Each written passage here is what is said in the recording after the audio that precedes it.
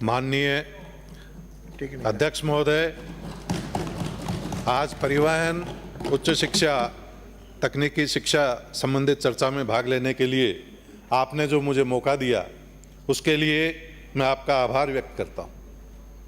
माननीय अध्यक्ष महोदय जी, मैं आपका ध्यान मेरी विधानसभा क्षेत्र के लोगों को आवागमन परिवहन संबंधी जो समस्याएं हैं उनके बारे में आपका ध्यान केंद्रित चाहूँगा। माननीय अध्यक्ष महोदय, पिछले कुछ समय से राजस्थान रोडवेज की बसें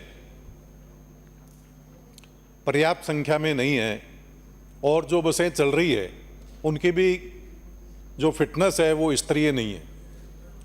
मैं माननीय उप मुख्यमंत्री जी से कहना चाहूँगा कि मुझे कई बार ये लगता है कि इन बसों की फिटनेस में ये सरकारी निगम होने की वजह से शिथिलता दी जाती है, नहीं तो कई बस ऐसे कंडीशन की लगती हैं कि वो सड़कों पर नहीं होनी चाहिए और बसों की कंडीशन खराब होने के कारण कई एक्सीडेंट भी सामने आते हैं।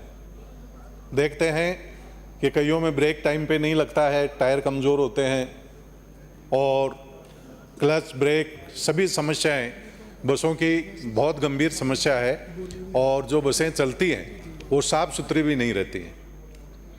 माननीय, मेरे विधानसभा क्षेत्र में दो उपखंड हैं, एक बानसूर है, दूसरा नारायणपुर है।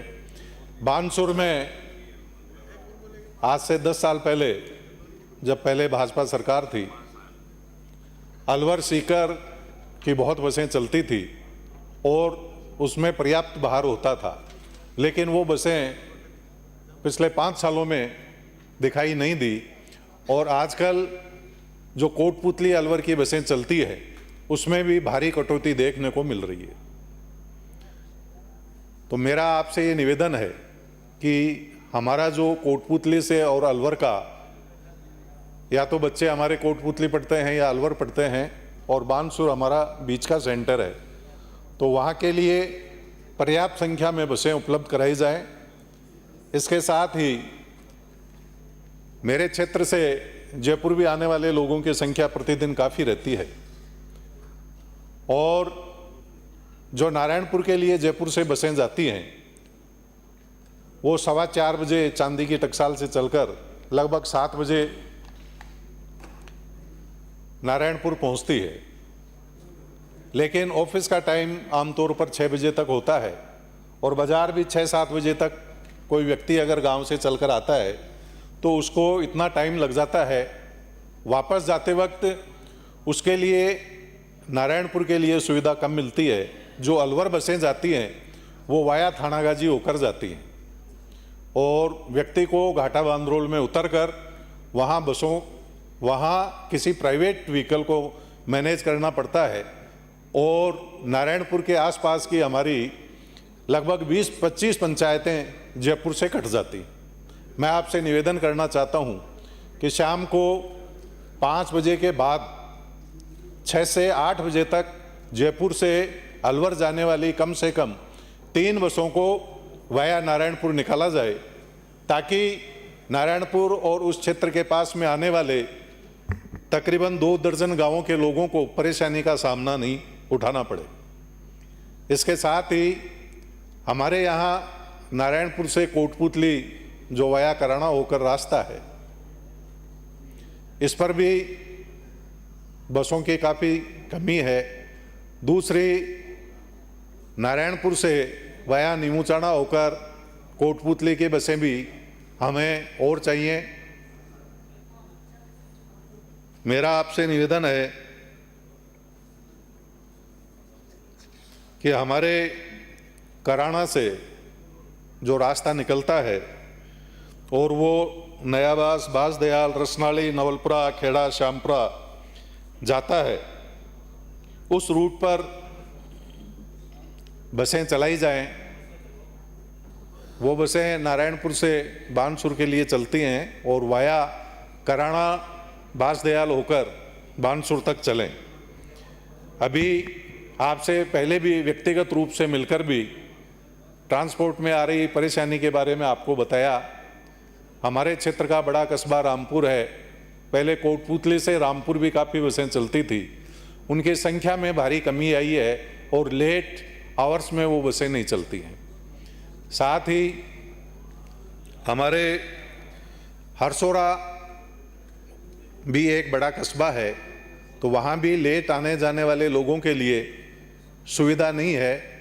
इसलिए कोट कासिम से और बानसूर तक की बसें लेट आवर में भी चालू हों, ताकि वहाँ के लोगों को परिवहन संबंधी सुविधाएं मिले।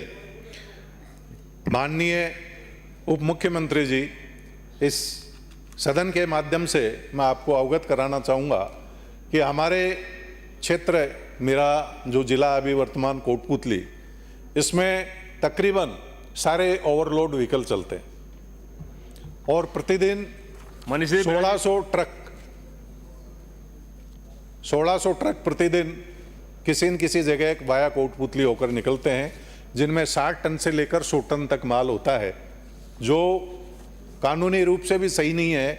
एक्सीडेंट भी होते हैं, बड़े खतरनाक तरीके से चलते हैं, रोडें टूटती हैं और कहीं न कहीं आरटीओ डीटीओ उनको परेशान करते हैं। तो मैं आपसे निवेदन करना चाहता हूं कि या तो इनको रेगुलर कर दिया जाए या इनका सख्ती से पालन कराया जाए, क्योंकि चलवाते भी कहीं न कहीं सरकार की उपेक्षा होती है उसमें, और रोकने में उसका टॉर्चर होता है और उसको कोई फ़ायदा नहीं होता। फ़ायदा कंज्यूमर को होता है और ट्रांसपोर्ट वाले को बड़ी तकलीफ होती है। माननीय बिराजी 2 मिनट सर। माननीय, मेरी जो पॉलिटेक्निक कॉलेज नारायणपुर और बानसूर में नहीं है, उनके लिए मैं आपसे निवेदन करूंगा। साथ ही हमारे नारायणपुर में जो बच्चियों का कॉलेज जो बन रहा था, वो कॉलेज अलॉटमेंट कॉलेज को हो गया, लेकिन वो ज़मीन पीडब्ल्यूडी को नहीं दी जा रही है और वहाँ एक भी सरकारी नियोक्ता नहीं है, सारे ही विद्यामित्र से लगे हुए हैं और सब्जेक्ट भी कम है। वहाँ इकोनॉमिक्स का खोला जाना बहुत ज़रूरी है।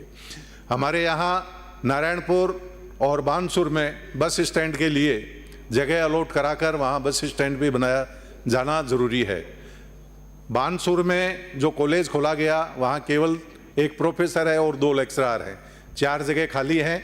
वहाँ फैकल्टी हमें बीएससी साइंस की ओर चाहिए, ये आपसे निवेदन है।